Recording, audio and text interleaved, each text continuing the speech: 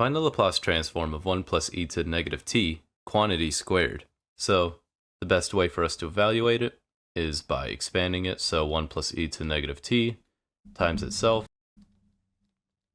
Using our first outside, inside, last expansion methodology, 1 times 1 is 1. 1 plus e to the negative t is e to the negative t. E to the negative t times 1 plus same thing again. And lastly, multiplying e to the negative t by itself will give you e to the negative 2t. As you add the exponents of the terms you're multiplying by each other. Simplifying, 1 plus 2 e to the negative t plus e to the negative 2t.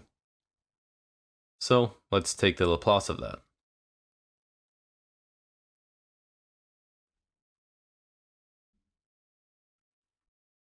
Through linearity, we can expand each individual sum.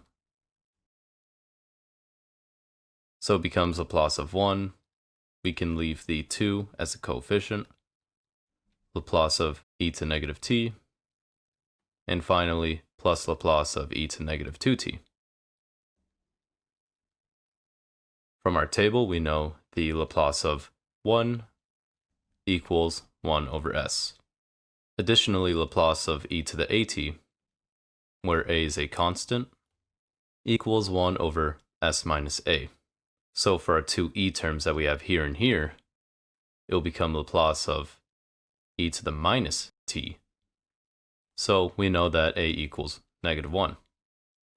So taking the Laplace of that, you have s minus a, which is also negative, so it just becomes 1 over s plus 1. And for Laplace of e to the negative 2t, we know that a equals negative 2. So that equals 1 over s minus negative 2, which is just 1 over s plus 2. Now, make sure to keep in mind this coefficient here. Don't forget it. Plugging in our solutions, we have 1 over s for our Laplace of 1, plus 2 times Laplace of e to the negative t, 1 over s plus 1, plus Laplace of e to the negative 2t, 1 over s plus 2. And bringing that 2 inside the fraction, we have our final answer of 1 over s plus 2 over s plus 1 plus 1 over s plus 2. Now you don't have to worry about any type of simplification. This answer is perfectly okay. If you'd like to support this channel for more free solutions, please like and subscribe, and I'll see you in the next one.